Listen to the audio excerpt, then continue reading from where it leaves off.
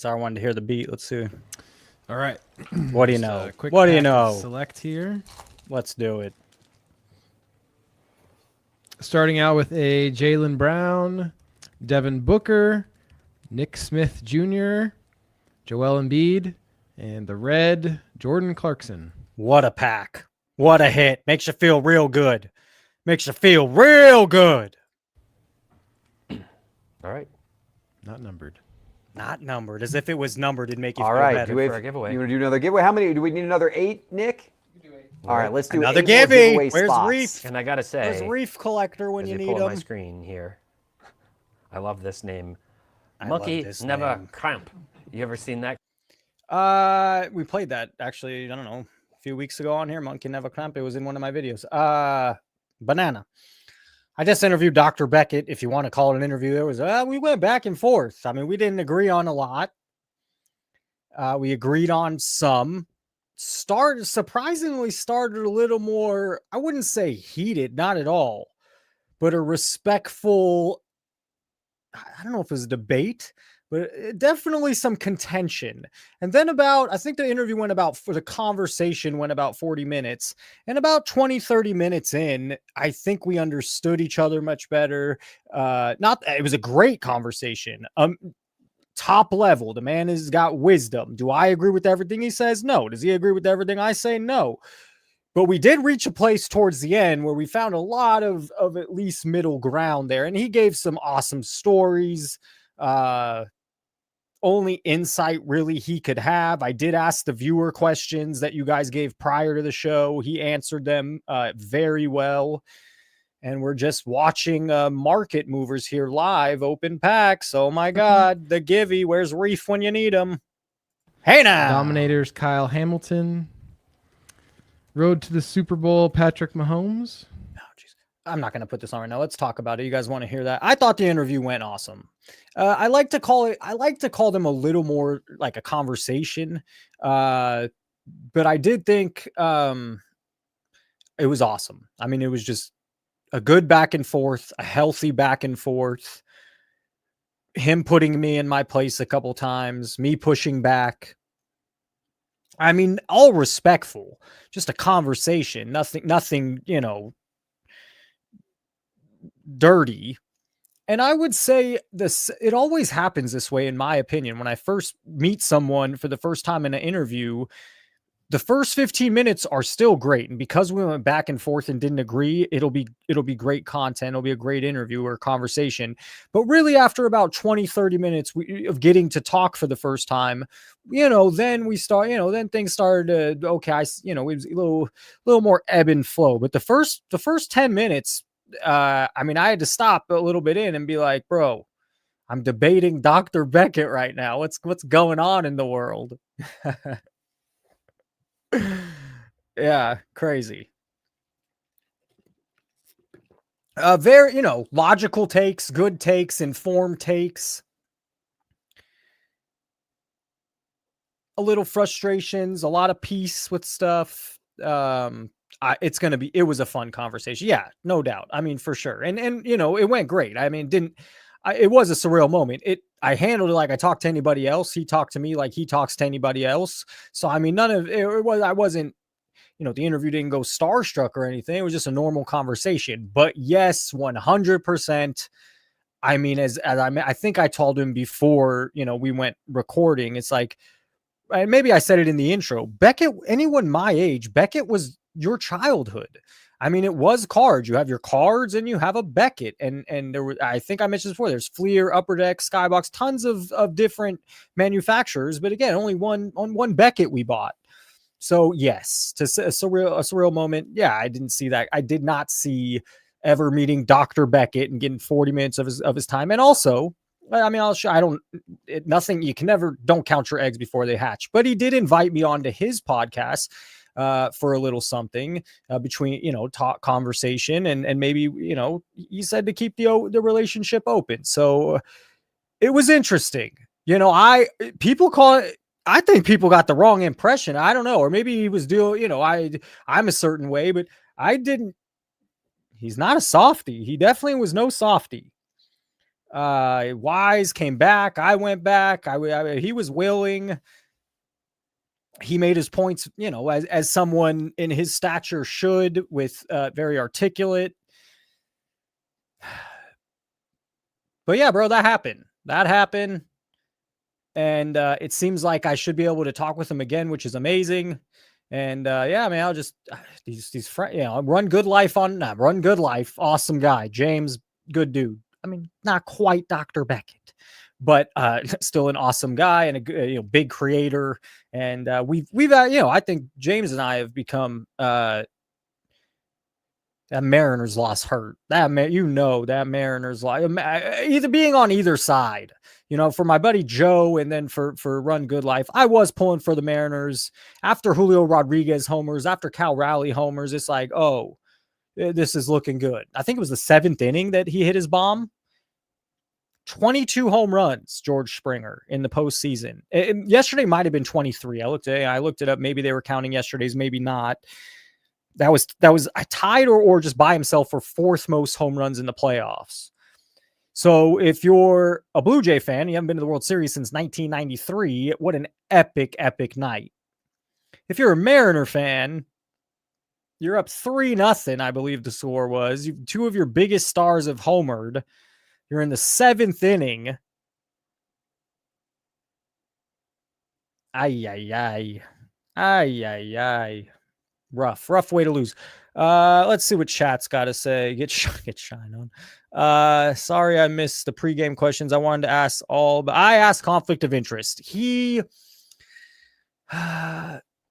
was one of the first, it was like the second question asked, because he recently had a podcast titled conflict of interest, which they didn't really discuss much in it. And then, so I asked him that. His take is more, back in the same thing he said on his podcast 30, 40 years ago, it would have been a big deal. In today's world, it's just not. So and then he went on a different way. So, I mean, you'll see in the interview yourself. It's one of the first questions I asked Petty, because I was also curious. He's really in it. And he has met good relationships over a period of many decades. And I think he has access to the good ones. And how do we know who the good ones are? And there's a lot out there right now. So, but he had a lot to say about a lot. He didn't have a lot to say about the conflict of interest from, when you're interviewing, you're in the moment, you're hearing this, you're thinking of, oh, how can I spark that into a different question? Oh, that was interesting. I want to, I don't have this question in my notes, but he mentioned something interesting. I want to go that way. So sometimes I have to rewatch it and edit it. I don't know when to release it. It's 40 minutes. Do I release it in 2 parts? Let's do that right now. Do I release it in 2 parts, 1 part? It's 40 minutes. I know I'm the content creator. I know I probably have a better nose of it, but still, I don't know. And when I did it with Run Good Life, it would have been an hour interview. The first one got like 7,000 views. The second one only did 3,000. So the second interview didn't do even close to as well, or part 2. But I do think asking someone to watch an hour interview, the first one wouldn't have done as well. This one's only 40 minutes. I have released 40-minute one. I think it's like 43. I'm not sure. I might make it 1. I might make it 2. Haven't decided. Professor, your favorite channel is on Jeff. Yeah, we were just there. I mean, it's so boring. They're just opening. Oh, we were looking for you, Reef. I was calling you out about 7 minutes ago saying, where's Reef? Because guess what? They're in a givey. Maybe another one of those rookie jersey cards. We all love this, huh? Here's the part that some of us, I don't want to hear him. Here's the part that I think, unfortunately, doesn't get heard enough. This is how I feel at the moment with doing all this for this time. Is there are people like me, and some of you watch the channel, some of you are in the room right now, that we feel like we've been left behind. We feel like no one is our voice supporting us in the room here, and they don't care. It's almost like they don't care what we have to say sometimes. And this does not come off the back of the interview with Beckett. It just comes from, hey, I talked to all these people over the past months, and someone like that, Scotty B said it, and I'll say it, Dr. Beckett said it too. They're their customer is a different person. It's like, bro, I'm the damn customer. We're the customer. What happened to, so you lost me, but my money doesn't matter. They're not focused on me as a customer or anyone that's in my shoes as a customer. Now, the conversation went many ways, and I do, if I'm going to buy something, I'll buy singles. And by the way, that's something you learn. I got in cards at a young age, right? And I worked at a card shop at 16. And by the time 16 or 17, maybe even 15 years old, you realize that buying boxes is not the way to grow your collection. It's singles. I think for my 14th or 15th birthday, I walked to that card shop before I worked there, and I bought a Griffey, a PSA, I want to say 8 at the time. It might not have even been graded. I just, in my head, I figure, okay, it's probably an 8 later down. I just traded it to my uncle back in the day. But that's what for $100, I went down to the card shop. I bought the Griffey rookie. And that's, that's just, we've been forgot about. I just feel like we've been forgot about sometimes. And hey, you can still go buy that PSA 8 Griffey rookie for $100. So maybe we didn't get. Now it's in a nice slab. It's the same price. It's not a 9 or 10. So, there's many arguments we didn't get. It's always, with all this going on, the givvies on the screen from market movers or from everyone else, and we'll look at whatnot and TikTok Live and Fanatics Live and eBay Live and mystery packs. It sure feels like whether or not there's others that feel, it feels like we're not around. We don't exist. The reason you gravitate to maybe watching this channel is it makes you feel like you exist a little bit, because I sure don't feel like I exist in this world, what they're doing right there. That gets old quick. Opening that stuff like that and taking a loss, or even getting a hit, stuff gets old quick. Having all this extra product around. So I don't know. I feel they're giving something away in the give. They still only got 250 people there on a 50,000 subscriber channel, even giving away cards. They're thriving. They're absolutely thriving at market movers.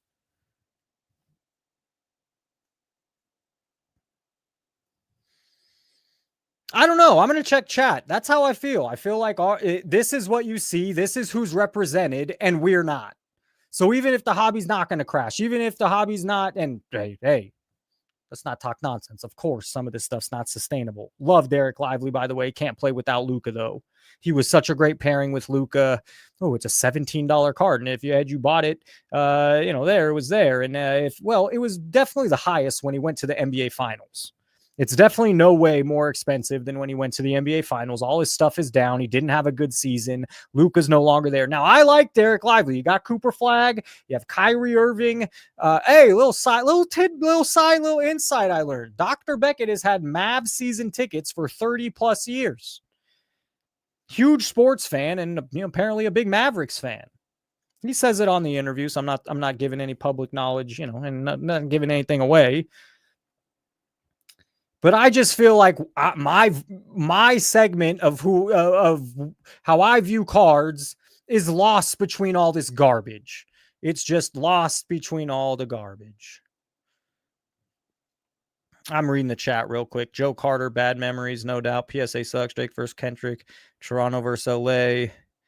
Ooh, well, I don't really love the Dodgers, but I've been following Kendrick for over a decade. Why are collectors so apathetic about scams and believe everything hook, line, and sinker? Is it dumb? They're just so rosy cheeked. They're just so nothing. Sports Card Radio did say it. I'll give them credit for it. They mentioned how everyone is just so, I forget the exact phrase they used or the word, the positive group in the hobby. And there's just nothing that really could be said negative. And that's one reason, at least Gio, who I still have my issues with how that, content and all this. Look at this garbage they're just giving away. Let's just make sure to comment on this. Look at how bad this has been. Oh, it's numbered. It's a Whitmore. Some people think, hey, some people hit me up about Cam Whitmore. Let's be serious. Come on. Hey, some people think it's going to be great. Come on. Hey, good luck with that. It was numbered. Holy shit. 238 people, 51,000 subscribers. Jeff Wilson, Teapot, big names, big names. If you're just listening and not watching, let me make sure. Air quotes, big names, end air quote.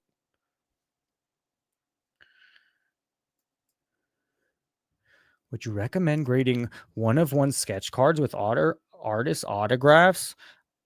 Thanks for opening a store in Atlanta. What percentage of Jeff will? Come on. The 230 people in that room. 95. Am I wrong about this? If we see any of the chatters in this room in there, I'm lighting you up forever. This 95% of them are brand new. Am I wrong? 95% of them have been in the game a year or less. This ice dipper guy's real interested in the comments. I'll tell you that. It's just, who's in there that has a clue? Nobody.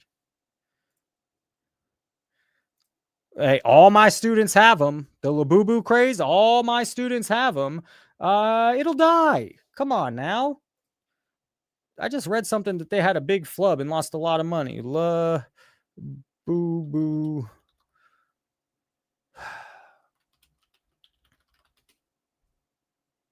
There it is.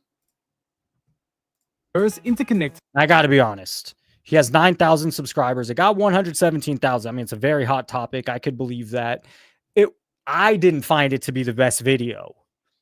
I didn't watch the whole thing. I didn't find it, but she made the Labubu trend is officially dead. The students are going to move on. If the students are all about it, those people, they move on quick. They're not, next year it'll be something else on their backpacks, not Labubus. And if it takes one more year, maybe it's 2 years, but we could go back a year. There was a different trend, and you can go back a year, and now it didn't catch fire and make as much money as Labubu, but there's been different trends almost every year. So, I mean, after Labubu, it'll be something else. And there are some videos here that are saying, it hasn't had. This guy said how Pop Mart lost $13 billion overnight. He had a hard time connecting it with me.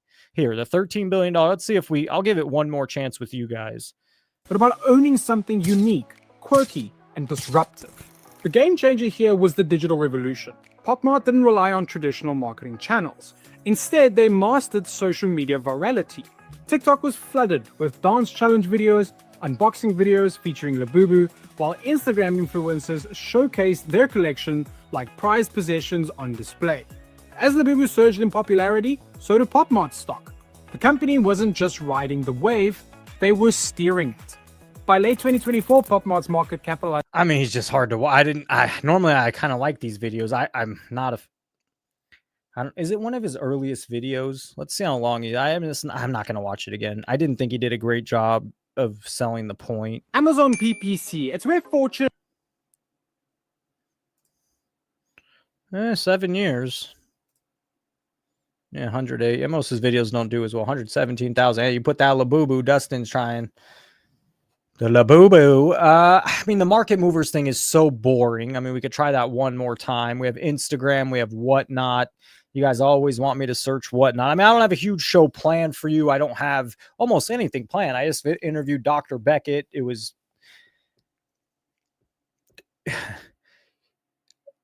I don't want to say contentious, but we didn't agree on a lot in the beginning. And then we came to a point where, lighter questions, those lighter questions led to other questions that weren't as easy. It was fun. We went back and forth for sure. Geo is A. I almost want to cuss Geo. I almost want to say something to Geo right now. If he's, I don't know. He was in here earlier. He's not in here now, but he said, "Oh, when I get one of these guys, I'll be a softie." I don't remember what it was worse than a softie. He thought I'd be a cupcake. He thought I'd be a little bitch. I was not a little bitch, bro. I mean, I don't know what gave. I also asked him when he said that, what gives you that thought that I'm going to be like that? Oh, because I agree with SCV Sports Cards who calls out all the bull. All right. Well, I mean, duh. His quarterback take caught me off guard. It was only my second interview. I didn't realize he was flipping QBs. Maybe I could have pushed a little harder on that. I mean, we will go live tomorrow at 5. This live's not going to get huge. There are 40 of you in here, and thanks for earlier in about 20 minutes in the earlier lives, 90 people in here. Can you believe that? I sure can't. I'm having a ton of fun coming on here. I don't have a huge show. We'll go through Whatnot. I kind of wanted to watch a YouTube video. We were in Jeff's live. It's just so boring. Am I wrong or am I wrong? I mean, it's pretty boring. Oh, here's your boy Blez. Jags doesn't really know me much, I don't think. We had he's one of their breakers. He was one of their breakers. I assume he still is. Is that him right there or no? Yeah.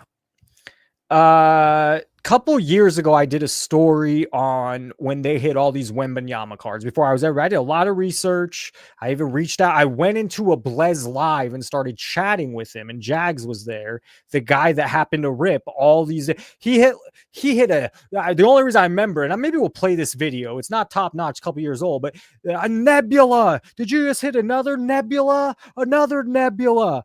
Yeah, this was like when I stopped seeing this as much lately, or there's just less coverage on it. But bro hit every goddamn nebula in like 3 days. The biggest ones: Anthony Edwards, Wemby, somebody, maybe LaMelo. Probably missing one too. He's 1-of-1 cards, super rich cards. In and out, Jamie. Thank you so much. Hey, some days are better than others. Today went well at work. Very good day. It's going to be an interesting year at work, just to say the least. But very good day. Came home, hopped on, talked to you guys, talked to Dr. Beckett. It was very cool experience. And now here we are. Jamie just bought me $20. Gio, I'm talking trash on you. I just tell you, you came at me. Sometimes you just make these things and you have such a loud, good way of talking. It's like, oh, you're going to be a little cupcake. Basically, you're saying I'm going to be a little bitch when I talk to, someone of some affluency in the hobby or someone that matters. By far, the first 10 minutes, back and forth a little, and I wouldn't say heated, but definitely contentious. Definitely some, oh man, I need to make sure this doesn't go too far one way. Now, it was great. Awesome, so interesting. I want to soak up as much knowledge from him. When he talks, I will listen. He's one of the very few people that maybe could talk some sense into me. And so did he put me in my place a couple times? Probably. Did I push back a couple times? Hell yes. Absolutely. Why would I not? So anyways, thank you, Gio. Thank you. I don't remember where we were. We're watching the Jags story. So he hits, as a matter of fact, let's go look up because we could tell the story so much better. But anyways, why did we even get in here? How did we even talk about Jags? Oh, recently he hit me up on Instagram because I've been posting some shorts and he got mad at me about some breaking thing. Oh, why don't you blah, blah, blah. I'm like, bro, I have Run Good Life on. I ask him all these questions. Gio comes on. We ask all these. Oh, why don't you talk to a breaker? Why don't you have a breaker on? Well, why don't you learn who the professor is? Why don't you not come at me like that? Is that even Jags? He's normally got a hat on, bald like me. Yeah, I think that is him. Hey, he's looking more healthy these days. Good for you, Jags. Looking a little more healthy. If that's him, maybe that's like that looks like him. I don't know. Let's not give him 2 views. 124 in there watching. Let's see how fast I'm not sure how fast I'll be able to find my video on this, but now I'm kind of curious. It's an older video of mine. It's on this Wemby thing. I did I did some good journalism on this one. The video is not as sharp as what I'm used to. Is there a way to find it? What would I, Blez maybe? No. Blez is insane rookie odds. Yes, this is it right here. When was this made? It says a year ago, but I'm sure it's more than that. May 3rd, 2024. Crazy. So yeah, about a year and a half ago. Let's watch Blez. My dad's. Do you realize that could be like $1 million card? 50 cases of this stuff, 1,000 boxes. Hey, I was putting in work a year and a half ago for 300 views. This is going to be interesting to watch. This was back when I was using this little board. This board is what we could use at school. It's about $1,500. If we ever really make it as a channel, I'll buy the board for not to use at work, to use here at my house. Professor was insane. It was like unbelievable, honestly. Ever since I heard Blez hit all these 1-of-1s, these 4 crazy 1-of-1s in the span of a week, it's actually much more if you were to go watch his live feed of what he's pulled. It's absolutely insane. It is an astronomical feat to hit. They accept crypto. He even admits it. And so I'm asking him, that's me. Why isn't me? In their chat. I went in their chat.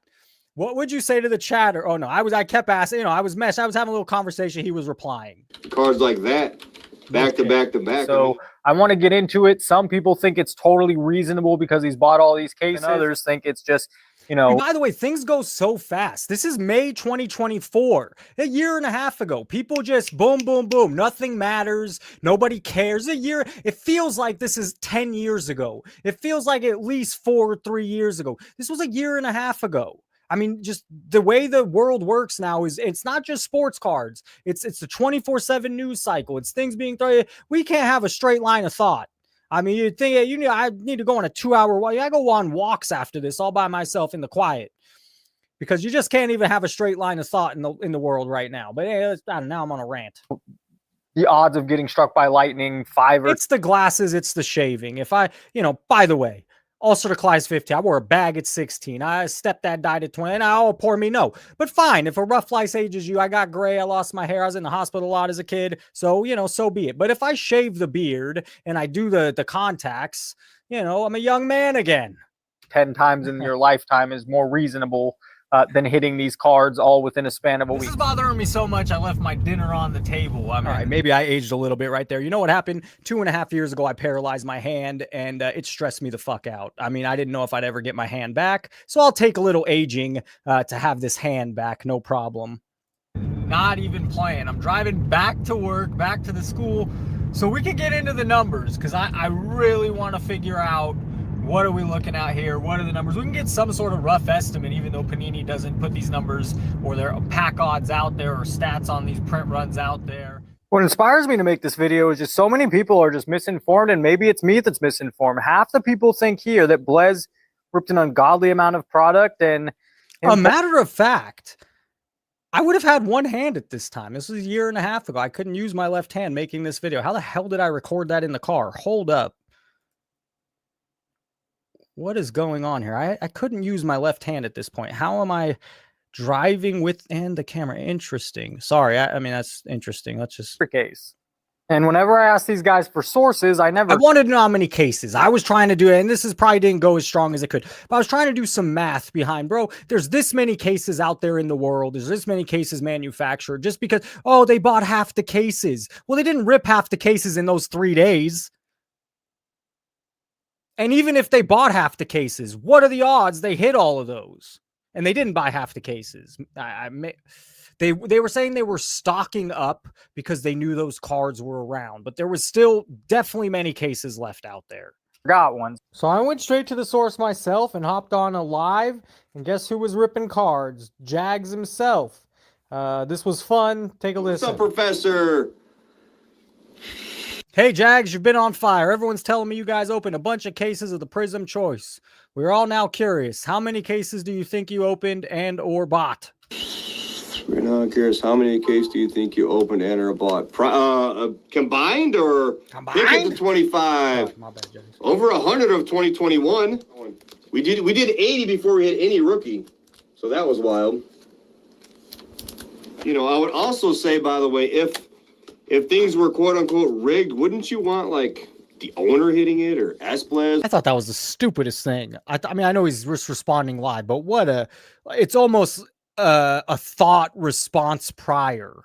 It's almost like that's how I'm going to respond to that. That's just wouldn't you? Why? What is it? No, you wouldn't. It's on camera. Who cares who's hitting it? I mean, Would be wanting to hit it. Why does that matter? I don't understand. You would think so. How about an Ant-Man for the T-Wolves? Then he laughed like, I would think so. Weird response, Jags. Weird response. Austin. Let's go, Austin. Very nice. Yeah, I don't think they want me hitting it. I'm just here to break. All right. I'm just here to break. First of all, you're their biggest breaker. You're pretty well known as a breaker. And that's such a bullshit response. That was nice. Thank you for being so open and honest. Maybe at the time I thought he was open and honest, and also maybe at the time I was a little more green in all this. Yeah, we're always honest, Professor. Bear with me in just a moment. We'll get to how I came to conclusion on the math and see what you think of my numbers. But before that, let's take a look at the cards Blez pulled. It's a rookie. Oh my goodness. Bernie 718 with a LaMelo Ball Nebula. Oh my God. We did it. Penny Hank. Just hit the Ant-Man Nebula. We're here live at the airport in Haneda. I had such an amazing time. Sam, Papa, in Tokyo. We're about to have our last meal together. So this is, you know, one of the Asian buyers you're talking about overseas. You know, you hear some of this stuff is being, you know, promoted over there. There's a market over there. They've kind of, so, you know, there's some, if you really want to go out and to blow out for, you know, forums, and we could, I don't have it in front of me. What the hell's the guy's name? What's his name? Gunpock. I mean, there was, you know, the PM, what is it? PMG, PMS. What's the cards from back in the 90s? PMG, right? Am I going to be an idiot and get it wrong right now? You know, there was talks that these guys were elevating, you know, purposefully pushing these cards over there, and all you need is a few buyers and to really promote it a certain way, right? And that's what they were doing. So apparent, you know, according to a lot of reading I've done, they feel like they've proved it. Is, you know, who knows, who cares? People just move on. But all these cards went to this guy. He bought this one. He buys the Wemby. What did he call him? There's a certain name. Blez. This Blez. Let me create a theory here, by the way. Jamie doesn't know this guy. This is the Blez brother. Okay, it's a year and a half ago, so it's not that long ago. He is I have a theory. This guy's not good for PR. This guy went on Sports Card Radio and just sounded so dumb. Sorry, buddy. But it's true. I think the smarter Blez brother was like, bro, you need to pivot. This guy now makes like sportsbook content, or he was trying to like sell picks or show how flashy he was with picks. But I haven't seen him in the card space in a while. I was at the National around Blez. I saw Blez, the brother. I didn't see him. I think the brother's a smart guy, and he might have told this dude, you know, I think we need to get you off camera. I think we need to move you. You know, you're not, you're putting too much attention to Blez, and it's not making us look all that great. Because now you don't get much Blez attention. I forget his first name, this guy, but a tool. Say Blez is there, powerful over there. I don't make any friends here. I don't make any friends, but I haven't seen this guy in the content, whether he wanted to or not. I have a theory. The older Blez brother said, bro, you need to get the move on. Move on. You are not doing us good PR or us any favors at the sports card side. Anyway, let's just hear from him real quick. Just hit the Ant-Man. Jags. Now, as a bald man, and you notice if we go to his live stream right now, he shaved the tip. You know, I think that's such a grandpa look. I hate, that's why I wear the hat. I'm lazy to shave. But I hate that look. No offenses. I myself, if I shave, no problem. But I'm a lazy, I mean, look at my beard. I'm lazy. Who wants to shave all the time? And my beard grows in a day. Nebula. We're here live at the airport in Haneda. I had such an amazing time. Sam, Papa. Shut your damn mouth. We're about Something to have our last meal Papa. together. Live at the airport in Haneda. I had such an amazing time. Sam, Papa. Son Papa. Oh, he's whispering to you. He had an amazing time. Lucky you. Oh, Zion Papa. Did he buy the Zion and take a big loss? Good purchase, Zion Papa. In Tokyo. We're about to have our last meal together. I want the world to know that there's one true rookie card that I've been searching for over 3 years. I added the music. Imagine no music behind this. I'm the mafia. I've been searching for this card. I'm going to sell it to an Asian buyer in Asia. But why is he talking like this? I know it's more of a whisper, but it's sure coming. Maybe I didn't. Did I not add the music? I'm pretty sure I added the music. What do I know anymore? 2021 Prism Choice. The Anthony Edwards Rookie Nebula has yet to surface. Zion Papa? Yeah. Backer is going to pay $250,000 on the Anthony Edwards Nebula. Someone please pull that card, because I am a buyer. Reef. Good comment. At $250K. Thank you. Oh my God. So anyone that just joined, all of a sudden there's 72 people in here. This is a video I made a year and a half ago. We got on Jag. Somebody recently hit me up on Instagram talking some trash, getting a little heated. I don't even know. Maybe I can go find it. I don't know which short it's on. But he clearly doesn't know my channel. He clearly doesn't have a clue of who I'm chatting with in the hobby. But he got a little heated on one of my shorts. How about a Victor Wimby? They hit all of these crazy cards in 4 days. All these $1 million card, a $500,000 call from the same product, all in 4 days. It was pretty odd. And not only they had some other ones too. These are just the ones worth, one of one, Wemby, Edwards, and LaMelo. The Nebula. They keep saying it. The Nebula. Yama, Nebula, No. or Zion Papa. The second time. Zion Papa. What? Wow. What just happened? Holy shit, guys. Again. I don't even know what to say or do. Like, he can't even believe it at this point. Because it's statistically statistically an anomaly. I mean, it just can't happen. He's flabbergasted. You liar! I'm done. I think I'm going home. Every time I'm here. Every time. Wow. Nebula. Do you realize that could be like $1 million card? In my dance, this is what I was doing for the maxi for Big Deuce. And then this man, And so anyone that wants to talk shit on me, oh, you got Bill, I read a comment, I know you're playing a character. Fuck off. This was a year and a half ago with all this work, 368 views, and I kept doing it and kept doing it. So why would I change now? I'm not playing a character.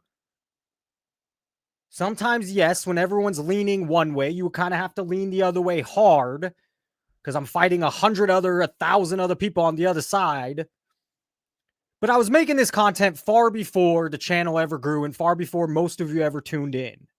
he hit the LaMelo, the Ant-Man, and now the Wemby. What's your dance, Jax? Guess I gotta show him.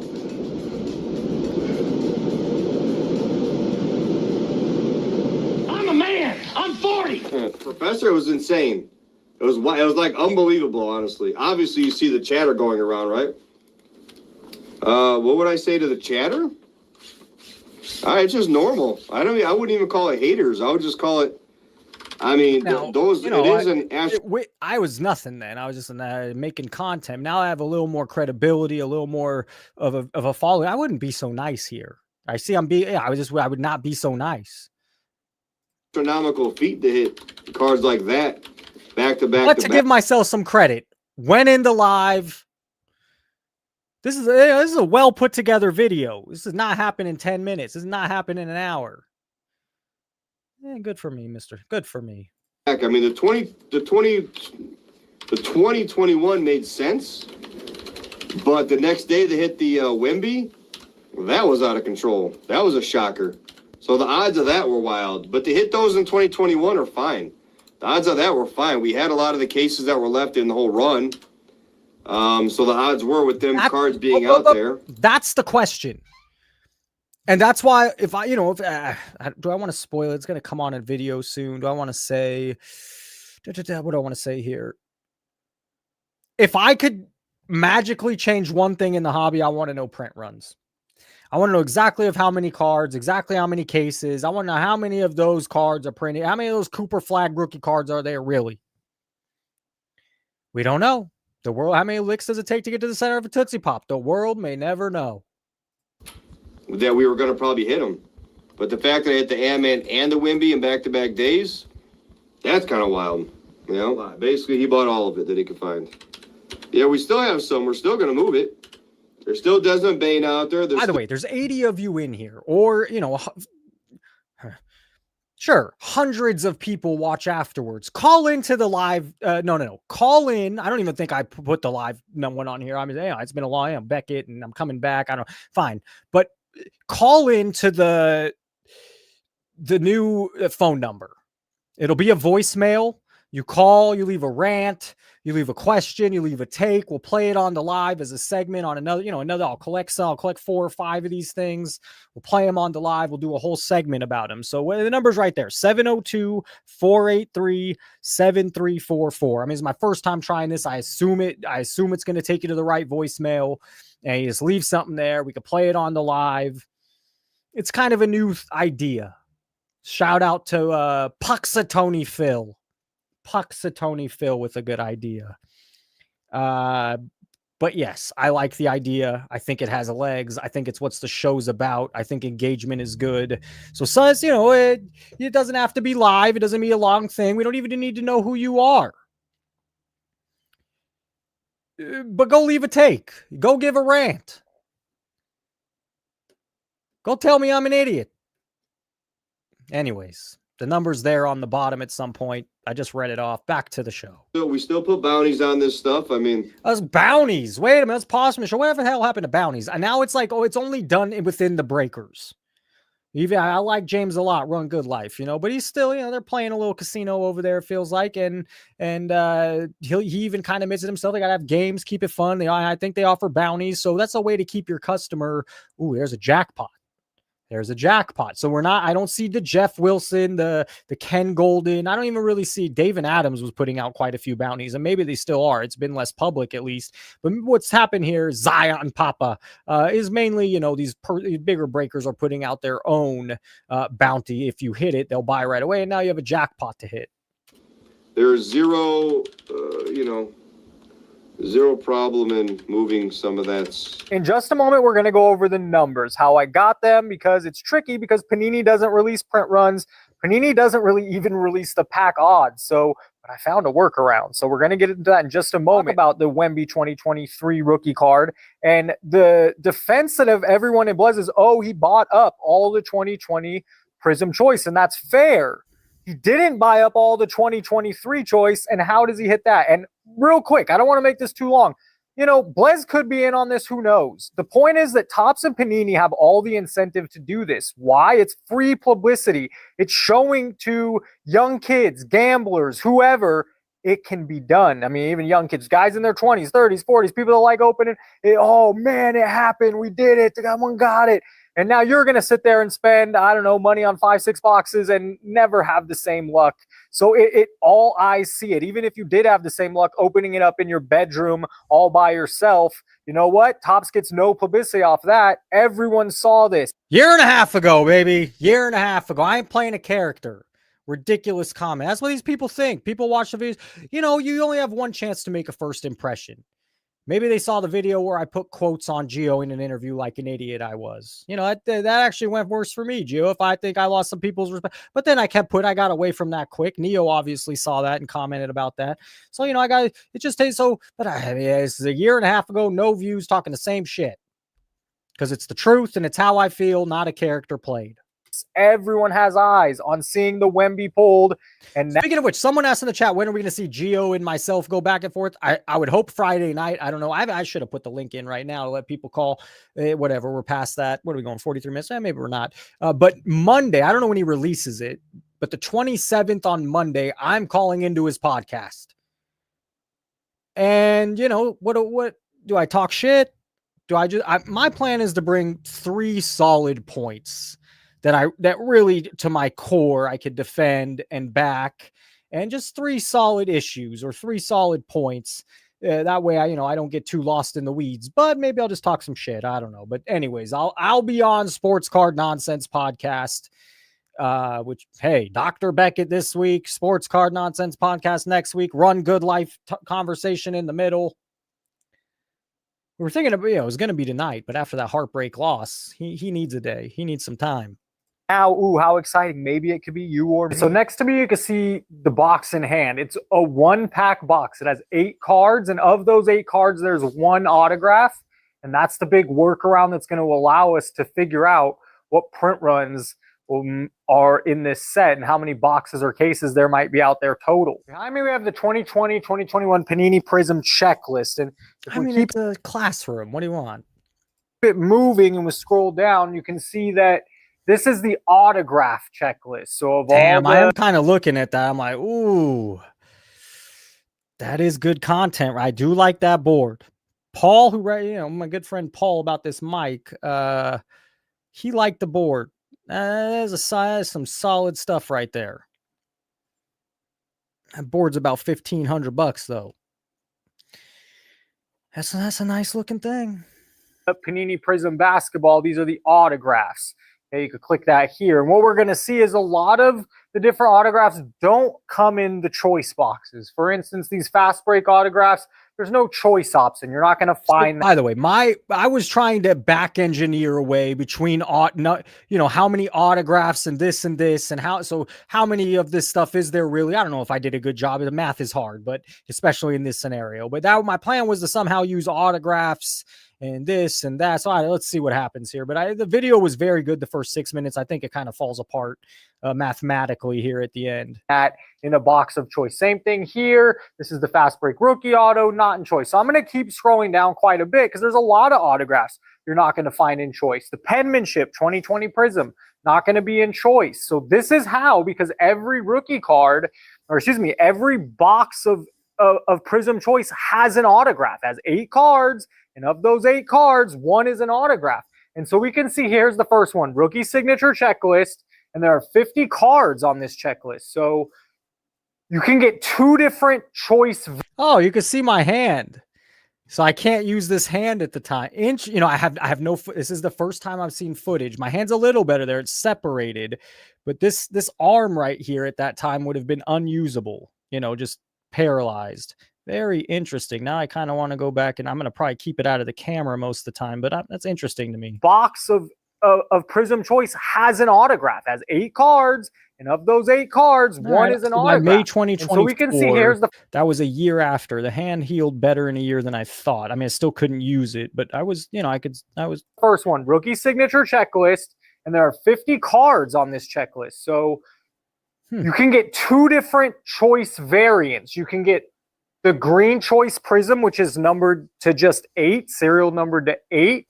Okay, and then there's the base choice Prism auto. Sensational signatures. These also come in choice. All right. And see, this is where it just this is too much. And I did this too long. I was trying to do some math. Let's see if I can get to some math at the end. Here's the math. Let's see how terrible this math is.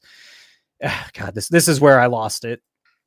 If there's 1,600 total boxes and there's 20 boxes. And this is why it's so hard. Look at this. Look at this mess I have behind me. I mean, they make it so hard, so confusing. I want to see I want to see how many cards are printed of every card. I want to see how many cases, how many boxes. And they don't want you to see that. Of course, they don't want you to see that. But this is how difficult it gets. In each case, that means now, obviously, all these boxes aren't in one case or these 80 cases. They're spread out. But there's 80 total cases if you were to add up these 1,600 green autos, although they're spread out, they would take up a minimum. They're taking up 80 cases. We need to solve is what was the base print run, okay? And I really do believe, again, if Panini had a product here that was serial number to 99 or 100, that means all right. If that accounts for some of these, it's too much crazy math that no one wants to follow, and not even myself. What the hell's happened? But I mean, I went for it. 1 out of 10 out over there. Boom, boom, boom. 1 out of 10. 1 to 10. Exponent of 3. 1 out of 1,000. We got 2,000. I really went for it. The base, total boxes, cases, the grid, whatever the hell's going on the left side. I ended up with 2,080 total cases. What's the conclusion here, Professor? No conclusion? You got to leave them with the conclusion. And if anything, it's Topps and Panini have incentive to make sure these breakers are hitting things for the world, the country to see and create hype, create speculation, and create money. People buying their money product. What do you think? Comment below. What do you think of the math here? Did our best. We don't know the numbers. I enjoyed making this video. I thought about it nonstop since I saw the story and the article. Give a like. All right. The first 6 minutes, fire. The first 6 minutes of this video, fire, and then not so much after that. Yeah, if you didn't check out the my take on what's happening with PSA right here on the right, go do that. I thought it was a good rant, a good video. What else? What else can we do here? We got Jags. Oh, we're still in his little room. Actually, no, I'll still keep 4 up. We're random right here. Yeah, we love our Bushidians. As you can see, the shave look is just so much better than the grandpa look. Bushidians. Oh, And you know, I'm speaking from personal experience. Whatnot? I mean, what are we doing here? 647. 80 people. Out of 24, who's in, guys? FOCL RPA channel. Wow, that's Tyrus loud, Maxey, we are building. The next card's only over $12,000 on the way. Live. At $1, go get it done. Go! Out of 24, NTRPA. Is it that loud Tyrese for you? Maxey, go chat! We're live, guys.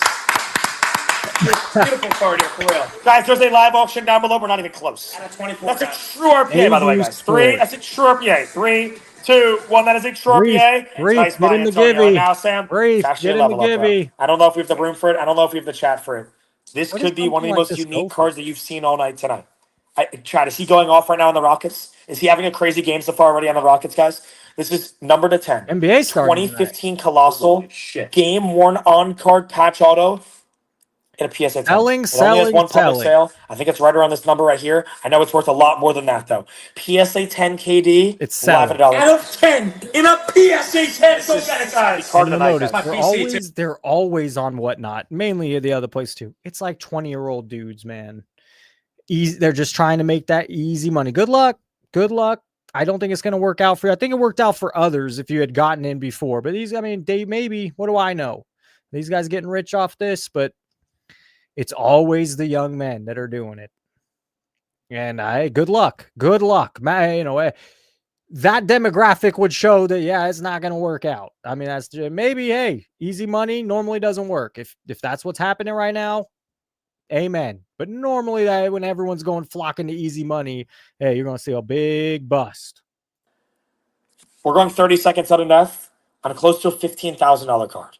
And this 3 will be 30 seconds? 2, 1. Who the hell wants to? There has to be some sort of weirdness because who wants to sell a $15,000 card in a 30-second? That's weird. That's a little scary. So unless they know that the way this system works, they're gonna make a ton of money, or he's just pumping some stupid number. It's not a $15,000 card. It's not even half that. 50% of current market, yes. Of current market. Then why would you do it this way? Then why would you? Yes, it's a variation downside, guys. 30 seconds. It makes no sense. It's 3, a sales tactic. 1. PSA 10, guys. PSA 10. Post line. That is such a good buy. He's so good. And now we go to PSA 10. Wembanyama downtown. Let's go. Is he talking shit or is that what it's worth? I don't remember the exact. I mean, I can't rewind on there. Jeez, Wemby has the hardest name to spell. Downtown rookie Wemby. How about that? Was that the card or no? There's one for 12,000. That one's a 9. So it sold for 12. I don't see 15. What did the previous one sell? 8. Is if this is the same card, which I assume it is. So to comp it at 15 again is bullshit. There's a 10,000. I mean, we haven't seen anything for 15.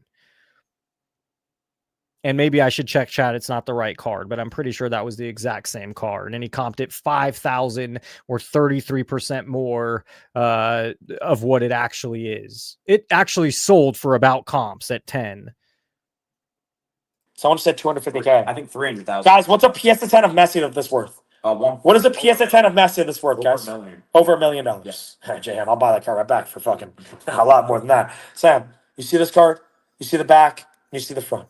A card that doesn't see the light of day. A card that hasn't sold in so fucking long. And if you're sitting here thinking 5's a bad grade, it actually is better than Salad. It is. I don't think people will understand that. Fast to get in the give. You can't get in the give fast. And this hasn't sold since early August. Get it? This is so big. Yeah. 30 seconds sudden death. Go, Chad. Go get it, guys. Go, guys! Wow. So big, rookie Ronaldo. You a hot dog, a grandstander, a showboat, and a prima donna, but you're a liar too. Look how loud. If I put this back where we're listening before, you'll truly never see again. You win it when you see it right now, bro. Guys, there's a Is it live my auction. headphones? We're, Nothing else over is half going off right on. now. They're We're not even so close at all loud. here, guys. Chat, no shot, guys. No way. 3, 2, 1, and gone. A-fish, I have to say one thing, and the one thing is the word sharp. SHARP. Nope. Sharp. Nice buy. It's always a nice buy. No, even if they oversold, even if it's always good. Oh, you did great. You did great. Goodbye. You didn't get ripped off at all. What a great buy. It doesn't matter who the player is. Any card they sell, are they ever going to say anything else? It could be any player, any sport. It doesn't fucking matter. And I understand that was Legends. They were right there, but or at least the last card. But it does. They're always go. Oh yeah, hey, great buy. Way to go. You overspent by $2,000. Great buy. Great buy. Don't worry about it. Great buy. A minute 45 left on the Gibby. Everybody hop in. We're giving away that Shea rookie and the Charles Barkley number. Gibby. Get in the Gibby, Reef. Get in. Let's go. Lamar Jackson on the blue from Illusions. 5 seconds, ready, go. Blue Illusions, Lamar.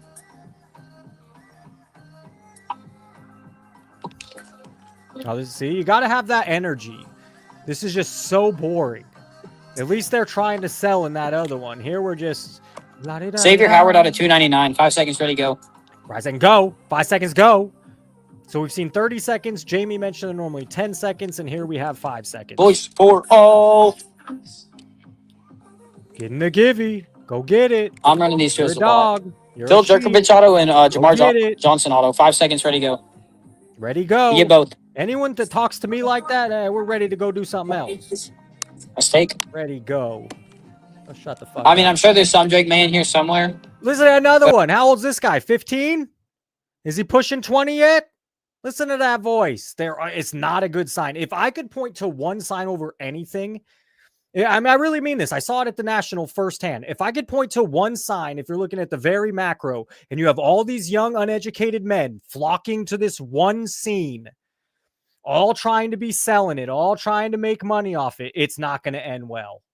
That's the one thing. Why? When in the world has that ended well? And someone in and sorry to throw Gio's name here, but someone that's already done it, someone that's already been through this big boom and established, sure. But for all these young men on Whatnot right now and giving away givvies, or that have 15 people in here and needing to do 5-second auctions, and every room you see is the same demographic, it's not going to end well. It's just, that's the biggest tell I could say. It doesn't. Let's not even look at cards. Let's not look at what they're selling. Let's just look at what's happening. If you just look at what's happening, it's not gonna end well. I've had enough of this guy. Let's do one more room. Future business leaders of America. That's right. We got. All right. What's this going on here? Ryan Garcia. This is the hologram, George Foreman. All right, he's not a young. Oh, this is that boxer dude that was maybe in here. No, remember we had a conversation with one of these guys. Some guy, I didn't realize he said he's the only boxing channel. It looks awfully familiar. It looks awfully the same. The name doesn't seem the same. Why are we? Oh my god.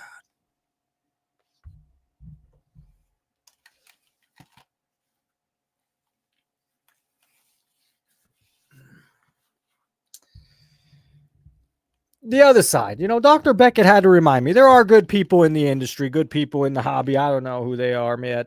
I know a few of them. That's not fair. I know quite a few. That's not fair. There's just so much of it being pushed otherwise. Why is this guy wearing gloves? Why in the hell is this? I mean, they're in top loader, they're protect. Why is he wearing black gloves? What crime are we about to commit? What bank are we about to rob? Why is he wearing those black gloves? Anybody? Is that how you handle your cards? Am I crazy? First of all, some of the viewers have been awesome. HMJ asks, wait, who are the good people? And then there's guys making money off it a certain way, and then there's guys making money off it. I don't know. It's tough when get to know some, because some of them are good guys, man. I mean, that's true. There's just so many that you wouldn't know it by their content. How about that? How about that? You wouldn't know it by their content. Is that old big old fat old Riddick Bowe? Remember these two clowns in the 80s? Larry Holmes? Yes, bro, you remember, or yes, you want it? You don't want it. Bet. Okay. All right, you got me on that He's got one. his sales. Touche, He's touche. selling. That's not the same guy, I don't think. He's selling. There's another boxing guy on Whatnot. Uh-oh, infringing on our viewer. Look at this. Look at this. Every channel, unless it's old boxing guy. What was in here? Just extra sauce.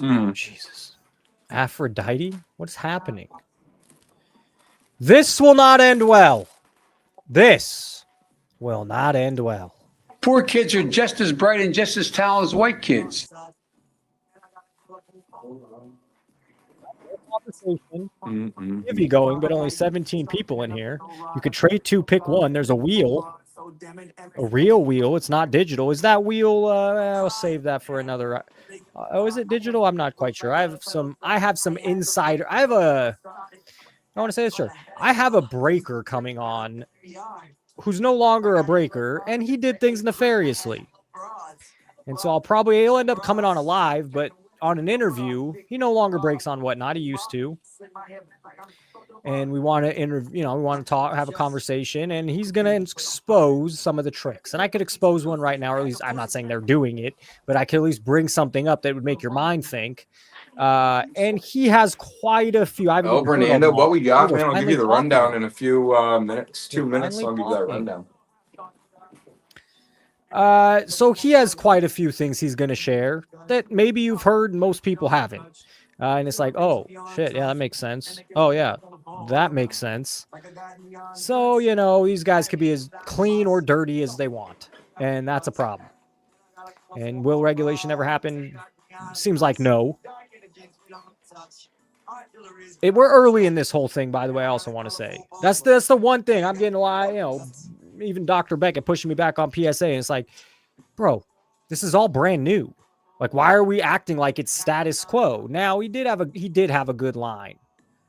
Talking to Beckett was cool. He did have a good line. He did come, he didn't eat me up, but he had some good wisdom. He had some good that many other people would not come at me with. He had some things where I had to stop and think. He did have a good line. I'll save it for the interview. All right. I think we're over Whatnot. I think I'm kind of over. What are we doing? An hour, 2 minutes. It's 7 o'clock. I'm definitely over Whatnot. So boring. Those breaking rooms are so boring. What's this? Ballpark cards. PSA in cohort. Strategic alliance. Protecting corporate profits. It's not supporting the hobby. It's not. Oh, who's up? Dang. 106 comments. The disconnect between Jeff Wilson and real collectors. It's becoming more obvious by the day that Jeff Wilson and sports card investor brand are completely out of touch with everyday collector. When PSA's upcharge policy, one of the most anti-consumer systems. So here's what I can't understand. Gio mentioned like, oh, I'm in the minority. I'm the one that's, of course, my viewers will agree with me. But there has been a lot of pushback on social media.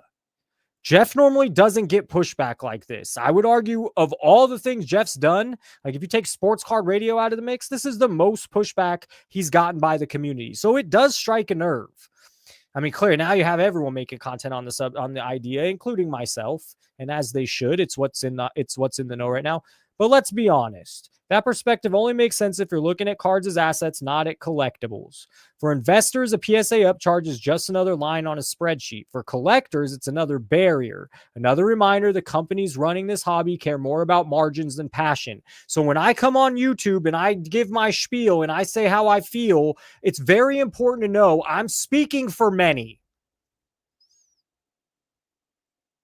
People want to come at me like I'm the only goddamn, I'm not supposed to say that, like I'm the only, let's keep it PG, I'm the only one that has these views.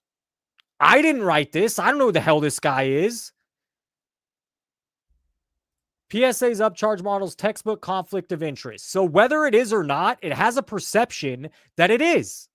I'm going to say that again. Whether it is or not, It didn't just pop in our head out of nowhere. Oh, Mario Brothers. Oh, hot dogs. Oh, chili dogs.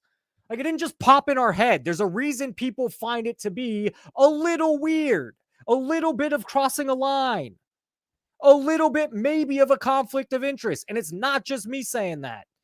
And I don't know who this guy is. He's on Instagram. This was 4 days ago before I even made a video or posted anything about this stuff.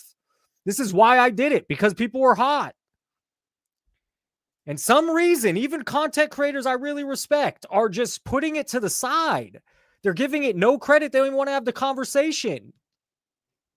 They just want to defend PSA. They control the grade, they control the value, and they control what you pay after the fact. Defending the system isn't supporting the hobby. It's defending the status quo that keeps everyday collectors paying more while getting less, including... I feel the closer you are to the top, the closer you are to making some money in cards, the closer you are to profiting or being rich because you own certain cards, your stance changes. If you're not owning $10,000, $50,000, $100,000 cards, if you're not owning a breaking business, a corporate business, and by the way, I know some people, I'm not going to name the name, someone in the chat right now has something like that, and he still feels it's a conflict and still feels it's kind of BS. Jeff represents 1% of the hobby, but act like he's 99%. Pay no attention to the man behind the curtain. I mean, well, if you were talking to other, guys that make content, they represented this view very strongly. Relatively new to the hobby. We sent 2 cards into PSA, but after hearing about all this stuff and doing my own digging, I'll never use them after 2 cards come back. I mean, maybe that's true. Maybe that's not. All the money's in PSA. They have us in a corner. Upcharge is the most belligerent scam there is. It costs the same to grade a $1 card than a $10,000 card. And, if Nat had stuck with it's for the insurance, that comes off a lot better business-wise than really he stuck to in the Neo interview that it was, oh, we add value. A lot of things add value. Doesn't mean you need to rip people off. There's been a lot of strong opinions flying around the past couple days, and I get it. People deeply care about the hobby, but we want to be careful with how we speak and act through it all. I'm not here to attack anyone or take sides. I'm here to stand for honesty, fairness, and respect, the same values I try to live. I believe we can call things out and still do it with grace. We can... Oh, Jesus Christ. He's quoting this? Okay, hard pass. Freaking love this. All grading does is add a multiplier to the value of a card based on an opinion of a random person at a certain time on a certain day. They control the grade with graders that are likely teenagers. Think about that. PSA slabs have zero integrity. Let me say it again. So, dude, when I come on here talking how I talk, it's not like I made up some random thought. It's not like I'm playing a character. There's many people in the hobby that relate, and many people that don't relate, many people that argue and have another side, but at least give our side, because we don't get enough. There's plenty of voices out there doing the other side. But sometimes people in my side, we don't have a voice. We're not as loud. We're not as big. But people do feel this way. Very much so in the past week. PSA is the cartel of the hobby. Okay, here we go. In fairness, the policy is told to the submitter before the card is graded. That's what that's what anyone defending says. Nobody forces you to use a service. Who complains when you're 1,000? That's their line. That's their lane. And you know what? Maybe that's a fair argument, but at least listen to us. At least hear us out. Because what I got is I have this view, and no, the other side, you're being an idiot. Professor, you have no credence in this subject. Your thought on this subject is stupid. It's a bad take. It's not a bad take because a lot of people feel this way. Now, this is the way a card becomes 100,000. Not no most.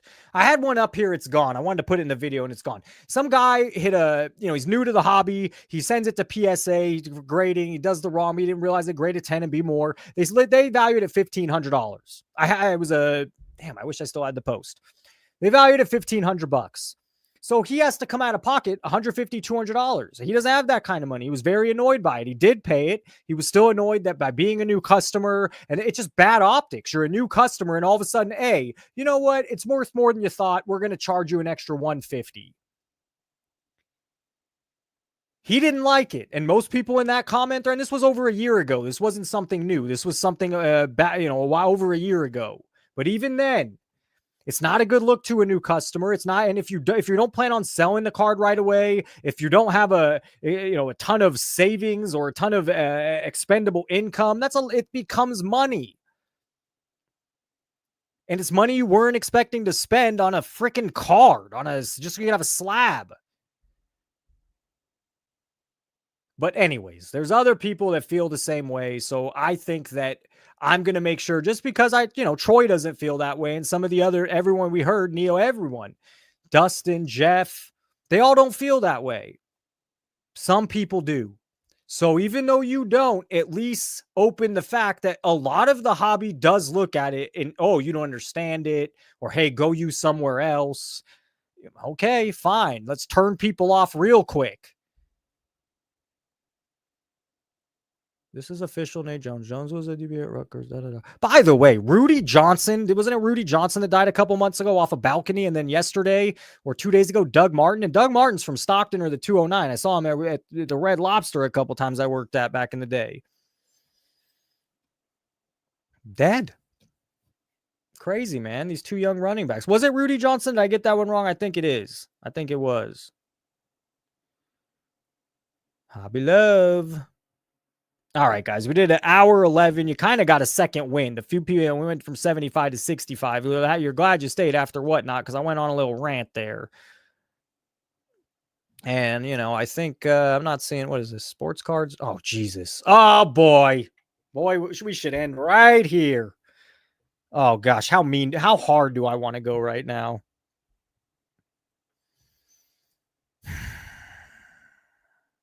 Well, look at this, prima donna! And not only are you a hot dog, a grandstander, a showboat, and a prima donna, but you're a liar, too. Look at this. I mean, you can focus on her, but look at this. Oh, my G, bro.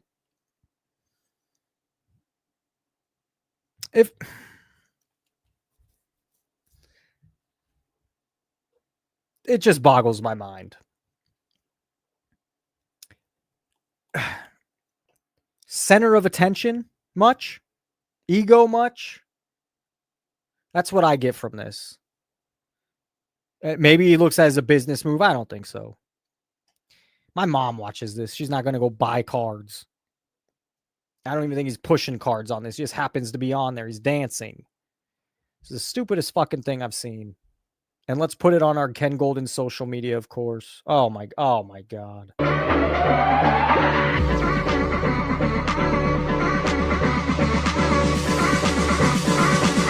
Oh, wait, he's selling the leotard. Jesus. What are people doing with their money? Get a life. Put your money elsewhere. What are we doing? I guess. I mean, a silver medal, fine. A highly gold, okay, fine. I mean, that's what Ken Golden wants to do. I thought this was something. Sell these. This is an advertisement for selling this blouse, leotard. Shiny. Hey, Reef, go get in the givey. This was stupid as hell. This one's just disgusting.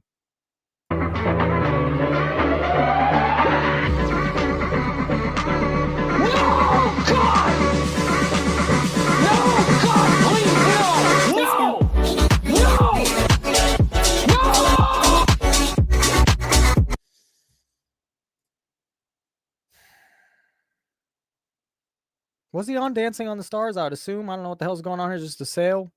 It's day one of vandalizing with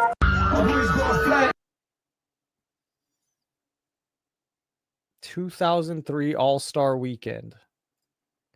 This was my senior year of high school. I would have just graduated high school. Kobe on Jordan. Hey now. It doesn't get any more legendary than that photo. Come on. I don't know how old you are. If that photo doesn't do a little something for you, I feel bad for you. Nelly, Manute Bowl, the other bowl. Bowl's done.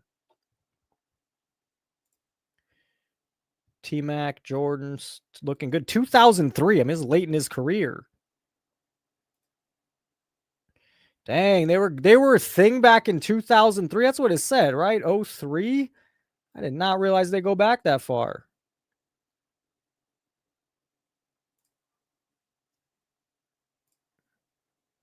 Sean Marion, Stevie Franchise Francis. It's got to be Shaq under the hoop. Snoop Dogg looking a lot younger. Beyonce looking a lot. Kobe. Old Jordan, young Kobe. Those are good times. Why is Jordan? What? Jordan was still playing in 03? That was one of his comeback years. I don't know. Jordan was in 03. Lakers were champions. Jordan's facing a championship Kobe Shaq All-Star team. Oh, Jesus.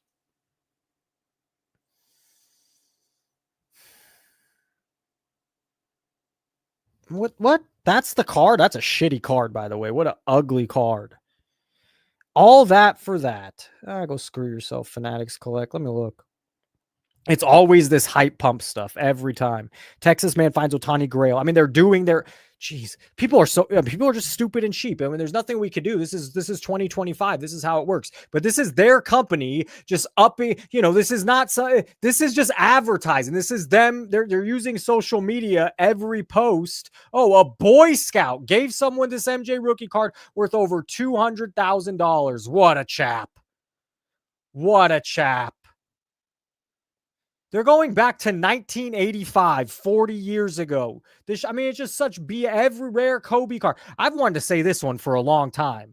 This one just pisses me off. It's their company. Of course they're doing this.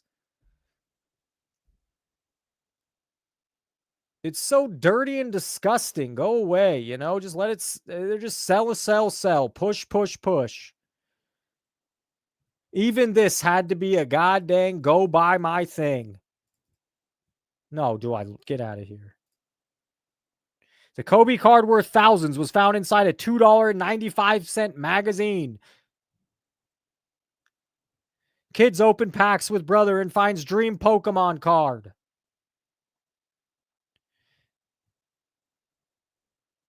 The Facebook one's worse. He found a rare Pokemon God pack. Son finds old video Bob. The Facebook one is worth, but it's all this. I mean, it's just all the ultra rare LeBron and Jordan call. Of course, it's their company. They're trying to. It's so stupid. It's so stupid. Heartbreak for Seattle baseball fans. It is over in Toronto. Game 7 goes to the Blue Jays. George Springer's 3-run home run in the bottom of the 7th. I have a problem with signed cards that weren't intended to be signed. So what you're looking at here is a 24 Bowman Chrome red Yamamoto, numbered to 5. So whoever got this signed in person did definitely take a chance on this because alone it would be pretty valuable in a numbered to 5 form. But to me, as a pack and box enthusiast, I want cards that are pack pulled on the autograph. I don't want to take this card to a game to get signed. I do that with jerseys. Do that with baseballs. Rough loss. Do that with rough loss. That's fine. But to take a card that's not intended to be autoed and then autograph it, I don't like it. This is where we're driving our law. It's Sports Cards 2025, and this is our line in the sand. A lot of people do like it. You don't have to like it. We know if it's pack pulled and it's guaranteed by Top. It's this guy's a schmo. Sorry, this guy's an idiot. No, bro. Just because Top says it's signed does not mean it was really signed. Their guarantee, the PSA guarantee holds more to me than anything the manufacturers, because they're just sending out tens of thousands of cards to these athletes, and the athletes are signing AB so anyone could put it. So just because he thinks, Top's guaranteed, you think they keep finding Babe Ruth rookie cards every year? You think they keep finding new Jackie Robinson autographs? I meant Babe Ruth autographs every year that just pop up? Every new product, somehow they have a Babe Ruth or Jackie Robinson auto. How the fuck does that happen? It holds its value. But for these to go for the price that they're going is insane. If you want to get a card signed in person and that's what you like, that's fine. But to be able to sell these things for almost the same price as a pack pulled auto is crazy to me.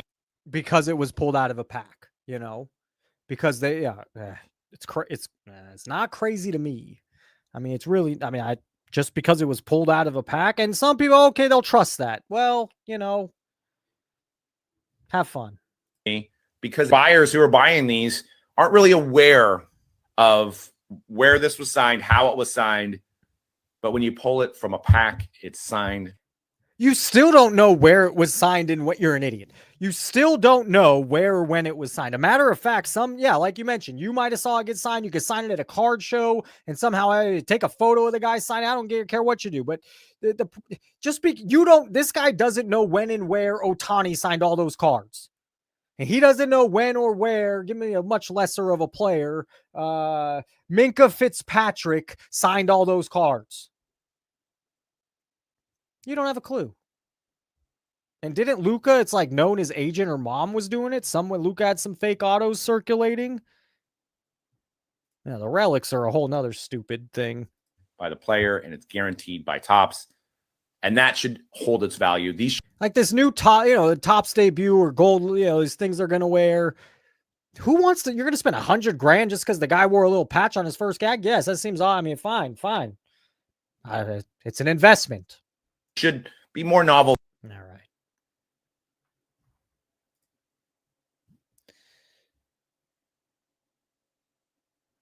Pretty rough night for the Mariners. We're celebrating the return. Oh, God. Nails on a chalkboard, folks. Nails on a chalkboard.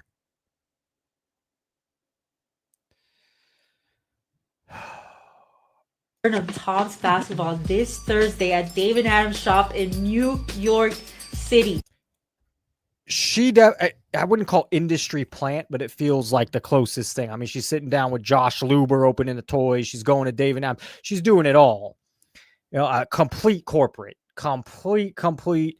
They see a former teacher, easier on the eyes than some of us dudes, semi-articulate. I can't stand the way she talks, so be it. And some of you have said the same thing, and it just comes off so disingenuous. But yeah, I mean, it sure seemed like she's in with all the people, she's in as if she's definitely. Yeah, I mean, the average person isn't sitting down with Josh Luber to open his toy. The average person isn't putting a promo out like this. Like who's the promo this would be in wrestling? What lame promo, what lame wrestler is her promo here?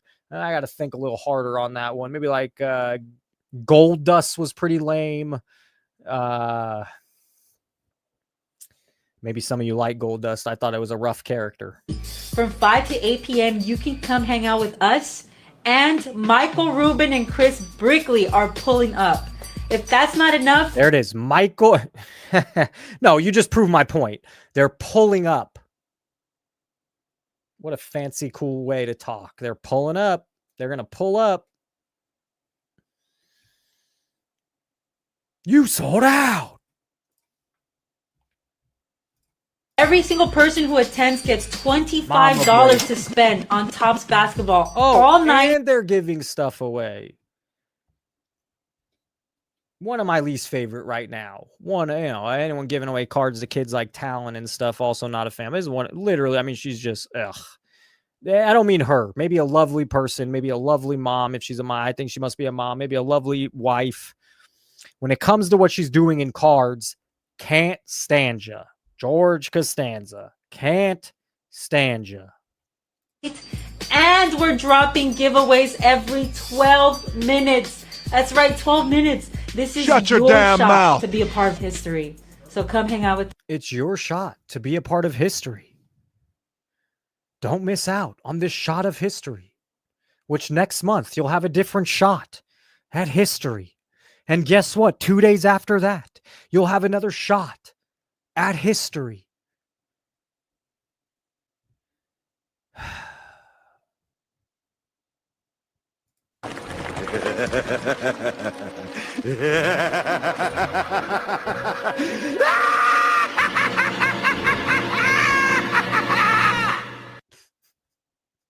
Us at David Adams. Topps is back, baby. Topps is back, baby. Let me do that again. Wait, hold on. Let me do that again. Let me get ready. Let me get ready. Let me do that. Get ready.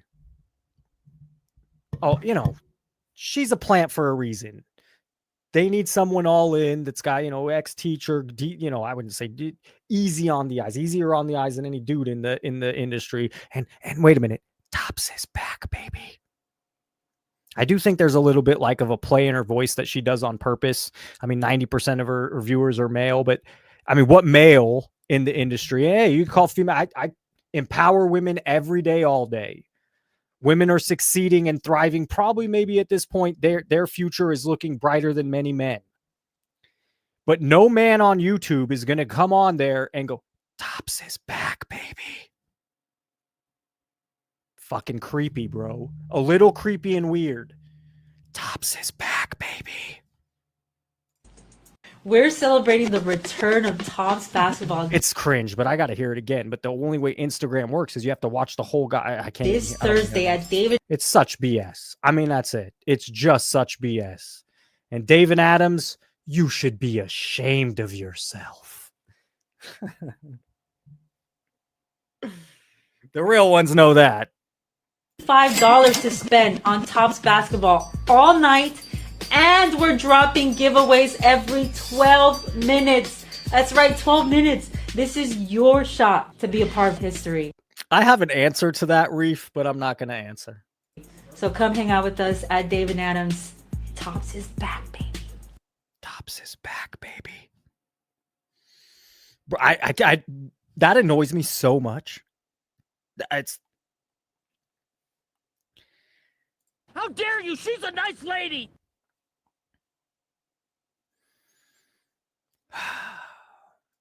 Stop it. Get some help.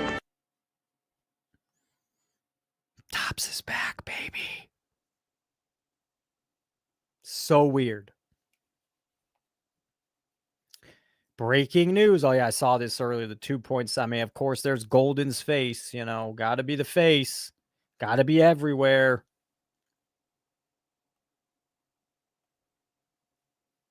You know, he wouldn't have told me. And I wouldn't. It's too. I don't want to throw Dr. Beckett's name in the mud because he's a very respected human being and one of the, a legend in history. I would love to know is Ken Golden a good one or a bad one?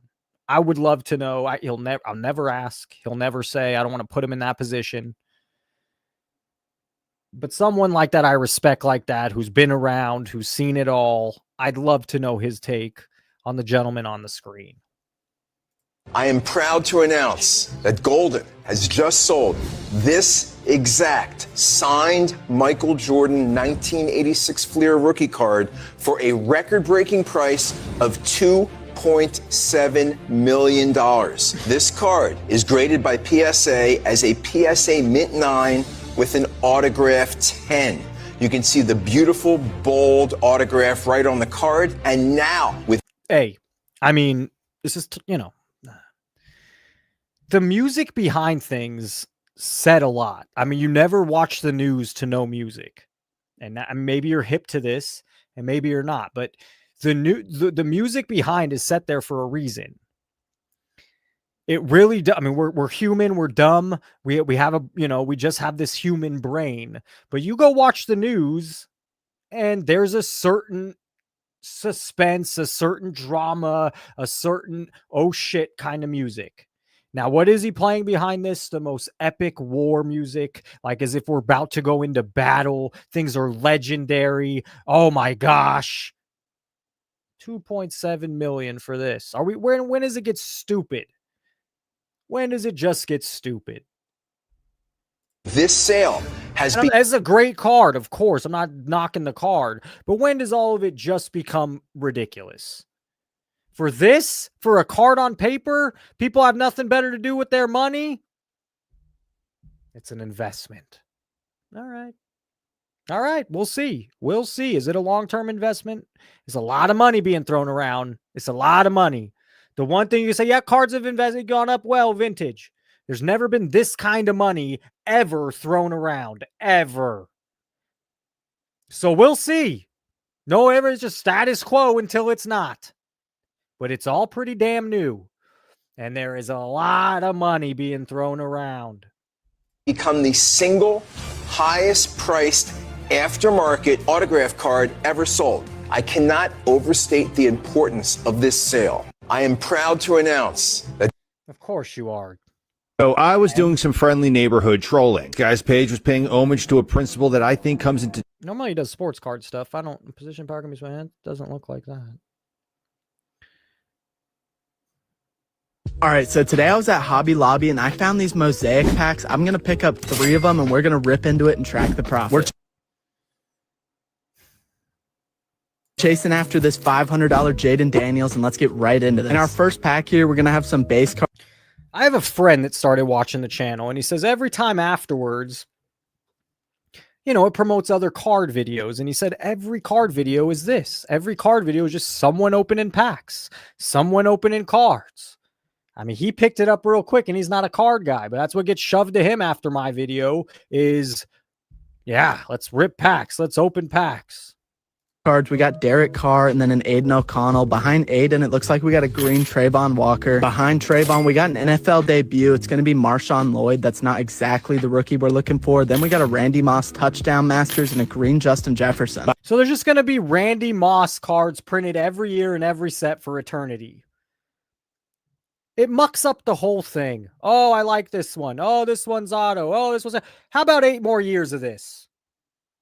I mean, how do you not see that? How about 8 more years of this?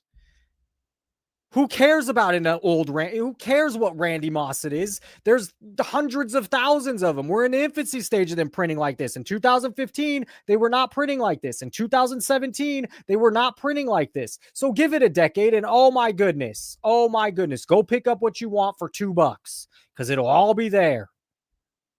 Behind Jettas, we got a George Kittle on the pink, a Jared Goff. Come on, we need some rookies here. We're going to have Braylon Allen. That's not exactly the rookie we want. And Brandon Fisk, Johnny Wilson, and a Chris Broswell. So that first pack was not great. Hopefully the rest of these are better. Starting it off, we got an NFL debut, Bo Nix. That's already better start. After Bo, we got a couple base cards, David Montgomery, Khalil Mack, Darius Slay Jr., and then we're going to have... Let's put it this way, because Michael, you're a bright dude in here, and so, and I'm not quite sure. It's out of context always when I read, but so I'm going to speculate that in 100 years, the world is not going to give a shit about most of these cards. Now, most people have gotten out of them by now, but 100 years ago, people cared about gold and silver, and 100 years before that, people cared about gold and silver, and 100 years before that, people cared about gold and silver. So I'm going to take history that I don't know what these things are going to do. And in 100 years, I'm going to say there's going to be a lot that happens where these things have a good chance of being kaput. And sorry to go, I'm hot. Now, you're a good dude, Michael. I mean, you're always here. I'm not trying to be attacking you, but I'm just attacking the other position of, hey, if you want to speculate that all this stuff's going to stay hot and be big in 100 years, by all means. I do. Who knows? Hey, maybe robots take over everything and we got nothing left to do but play with our cards and sell and buy. So who the hell knows? Maybe it's a great time to buy. There's a whole economy untapped because everyone's going to have time to fuck around with cards because AI. Who knows? But I would speculate in 100 years, a lot of this stuff is absolute junk. In 100 years. This card in front of you is junk now. Have a green parallel of Xavier Woods. Come on, baby. We need a big hit in here. We got CeeDee Lamb and then a bang Nick Bolton. That's not terrible. David Njoku on Michael, the holographic. Nothing at you. I really love these mosaic cards, but I'm not loving the players we're getting. We got Patrick Mahomes right here and then Jahan Dotson. Our base rookies in the back here are going to be... Andrew, I don't know how long you've been around. 93 Gaudy has nothing. Look at the print run compared to Ohtani. So if you're going to get Ohtani, you better pick right. You better pick the exact right parallel, the exact right auto, because there's tens of thousands, if not hundreds of thousands of Shohei Ohtani cards. Even his rookie cards are high print run. So sure, if you have 10 grand, 20 grand to go buy the right one and you're comfortable, that's a lot of money you could lose. But there's a huge difference comparing anything from 1933 when they threw them away, played with them, put them, they were toys. No one was collecting, no one was saving. There's none in high grade versus the Ohtani. Ohtani has one out of 99 autograph set that has more autograph cards in one little rookie set than all the Gaudy Babe Ruth cards graded. So it's just the comp is not there. And that's where the worry is. There's too much of it. The reason that Gaudy Babe Ruth holds price is because there's none. It's just absolutely rare. A true rare. Just like all that old stuff. But it's a tough comparison to anything printed today. Terrion Arnold, Devontae Walker, and Tavondre Sweat. All right, we need a big hit in this last. And again, sorry, I get hot.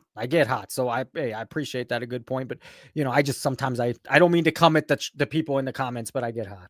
Pack right here. This was a big L. Our base cards on the front, we got Jordan Poyer, we got Fred Warner, and then Devin Singletary on the green parallel, Breece Hall on the holographic. We got Cortland Sutton, a Ben. Also, who watches? I mean, maybe you watch this. Sorry, if this is the content for you, and this is, for some, how many views is this kid? Yeah, it's 1,700 likes, so a lot of views. 1,700 likes. Who the? So there's a demographic out there that's far different than me because I'm not watching this garbage.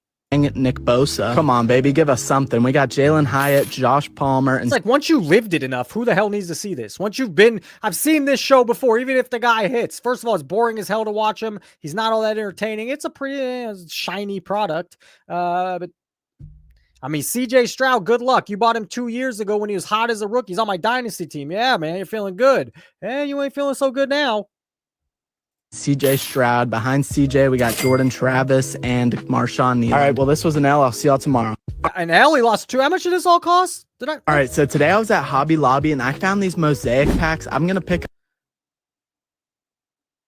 Oh, this is from. Okay, so this is running on a series. He's doing a series. Okay. All right. Hey, people like storylines, story arcs. I'll give him credit as a series. So he didn't lose all that money right there. I was like, how the hell did he lose $200-something on that? But okay. Jeff was celebrating the fact that he had the opportunity to pay $4,000 in an upcharge to Gio's PSA. boy. If you are lucky enough to have a card. What's going on here? He needs I am a real American. But that's way too prestigious for this guy. Hacksaw Jim Duggan. Hold up. Wait a minute. Reading heck. Saw Jim Duggan.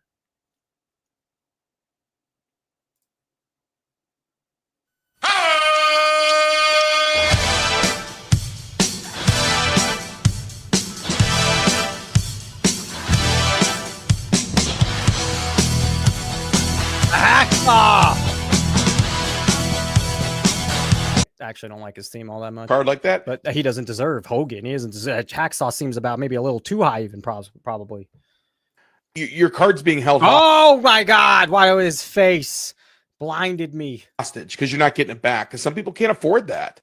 I'll tell you right now, if they had a card of mine, hey, Gio's gonna. Hey, maybe one day Gio will take me over and his little game here. But do I want to give Gio advice? I'm not giving him that one. Gio, if you want my advice on this right here, I need some money. I need some money at this point. I got good advice for you here. Very good advice. And maybe I don't need money. Who am I? But I mean, Gio's taking all the money. Shouldn't I get a little money? If this grows, good for you. I think you're missing one thing here. I do think he wants to have him go back and forth. He knows that content is good before I ever, he's a smart guy. Gio's a smart dude. So I'm not saying he's coming. He knows what works, but I did. Maybe as a friend, I'll just give him some advice. He doesn't take my advice anyways, so who am I? But there is one pretty big critique I would make on this thing going on right here. But it's a good, this is a smart way to go. I just think it's missing a little something that I'll keep to myself. And it could be I'm giving him a pebble. I mean, it could be gold. It could be a pebble. What am I? Nothing. So I could be giving him a pebble advice, a gold advice. He ain't going to take it either way. Required $4,000 for me to get it back, I wouldn't be able to get the card back. Maybe he would. Let's give him. So Gio's a smart dude.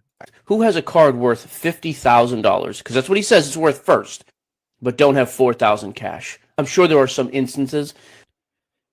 Everyone has a different take on this. Dan, the card man, called people out for his, he had a I'm going to stick with mine. And there's many smart people, way smarter than me, that say this. Perception is reality. And so the perception of this doesn't look good. You have a new person to the hobby. They have to pay this upcharge. What? Why am I? All of a sudden you're going to charge me this because you graded it better?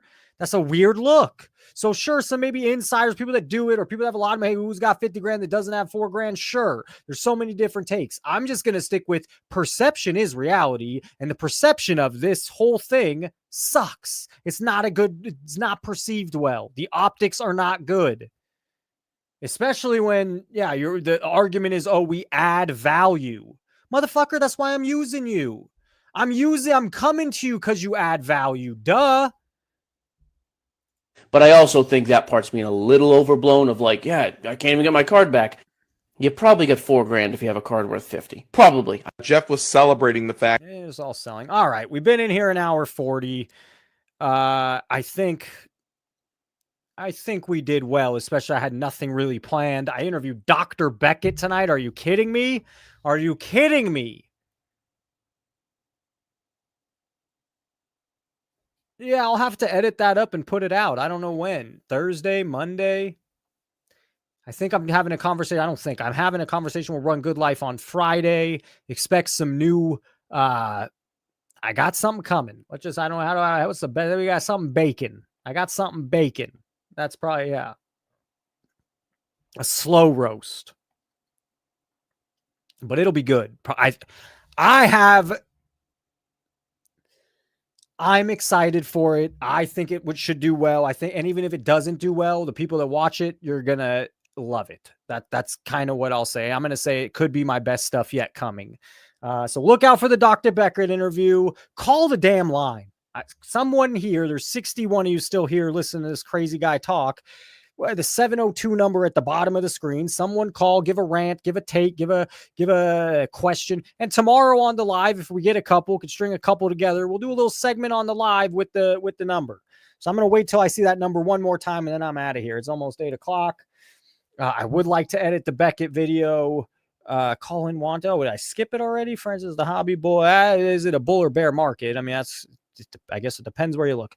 The Unfiltered Hobby Hotline, the 30-second rant, 10-second rant, give a question, give a take. The number, 702-483-7344.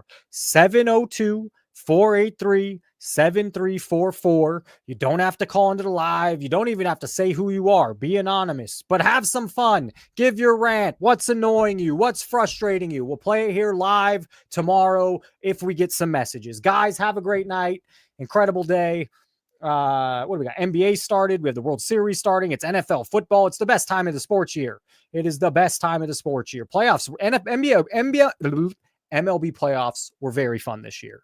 I think anyone that watches those, it was hopefully the World Series is just as good as the playoffs have been. Enjoy your evening. I'll see you guys tomorrow at 5. We'll do a couple hours. Hopefully get a few people to call in. Yeah, I'll be on Sports Card Nonsense Geo Show, the podcast next Monday. Not sure when he releases it. Have a good night, guys. Thanks for being here, and see you tomorrow.